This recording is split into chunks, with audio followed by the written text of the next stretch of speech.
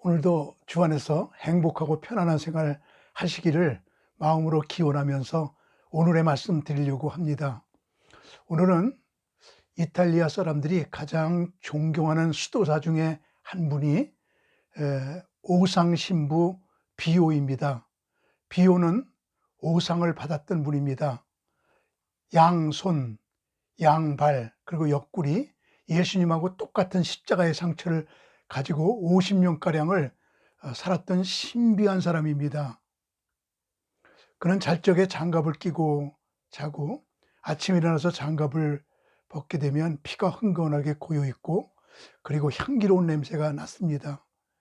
보통 상처 같으면 병원에 가서 치료하게 되면 낫거나 안 낫게 되면 고름이 줄줄 흐르게 되는데 병원에서 치료해도 낫지도 않고 고름도 흐르지 아니하고 오상을 50년 동안 가지고 있었던 분이니까 얼마나 신비롭습니까? 얼마나 아파요? 라고 물어보니까 네모 반듯한 굵은 못을 생손에 박고 빙글빙글 돌리는 것 같은 아픔이 날마다 내게 엄습하고 있습니다 라고 말을 했습니다.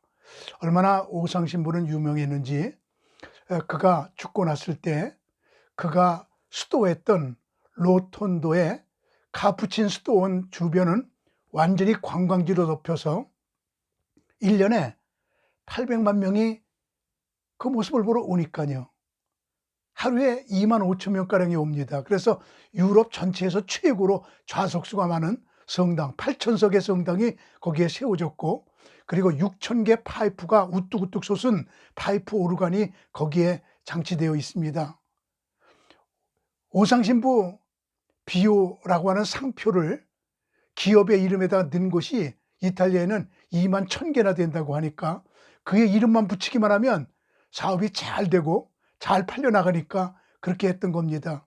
심지어 바티칸 성당에도 비오 방이 있을 정도로 비오는 유명했습니다. 그는 예언의 은사 받았습니다.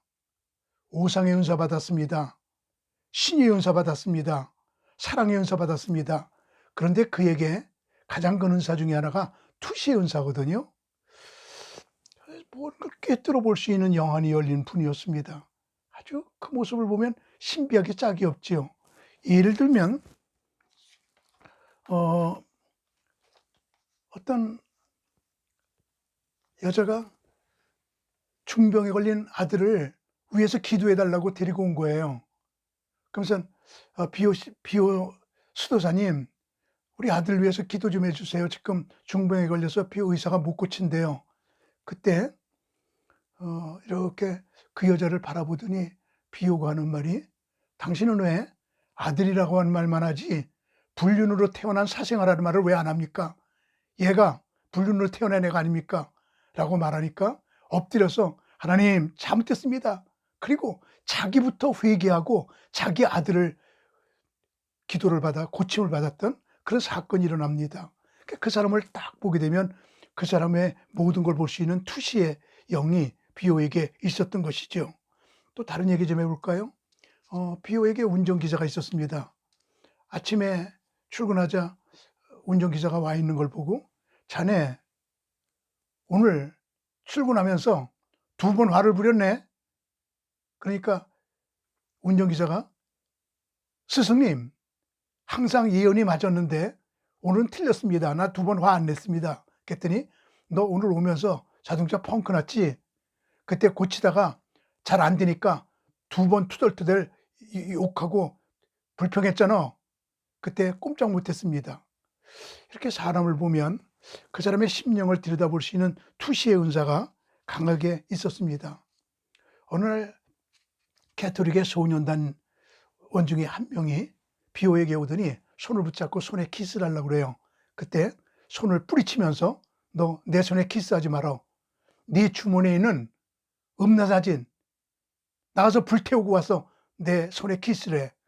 그는 얼굴이 빨개지면서 밖에 나가 주머니에 음란사진을 꺼내어 불태운 다음에 와갖고 손에다가 키스를 합니다. 그때 키스를 받아줘요. 그리고 하는 말이, 너 너희 집에 네 책상 서랍에도 음란 사진들이 많이 있어. 가서 그거 다 버려. 불태워버려. 그 소녀는 빨갛게 얼굴이 달아오르면서 하나님 앞에 철저히 회개하고 돌아갔습니다. 이렇게 비오는 투시의 영이 강했던 그런 사람이었습니다. 어떤 여자들이 비오가 투시의 은사가 강한 걸 알고 죽은 사람 사진들을 쭉 가지고 와서 이 사람은 하늘나라에 어디 있습니까? 이 사람은 하늘나라 어디 있습니까? 라고 물어보니까 그때 비오가 하는 말이 내가 하늘나라 성신소 직원인 줄 알아요? 당신이 이 사람들이 어디 있는지 궁금할 것 같으면 궁금해서 못 버틸 것 같으면 지금 죽어서 가서 이 사람들 어딘지 확인해 봐요 라고 말할 정도였습니다.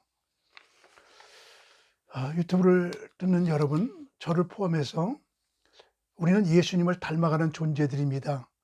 예수님은 투시의 은사가 있었던 분이셨죠.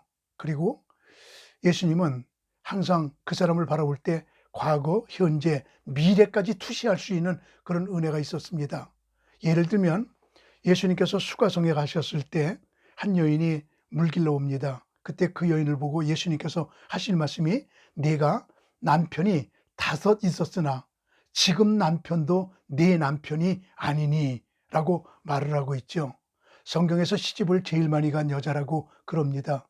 내가 남편이 5 있었으나 과거를 투시해 알잖아요.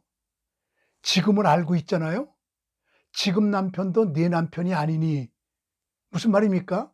지금 남편하고도 이혼하고 또 다른 남자하고 결혼할 것이 예언되어 있잖아요.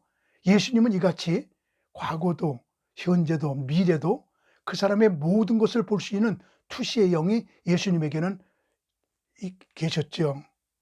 근데 예수님께서 우리에게 말씀하시기를 너희가 나를 믿으면 내가 하던 일을 너희도 할 것이요 나보다 더 큰 일도 행하리라고 말씀하셨습니다.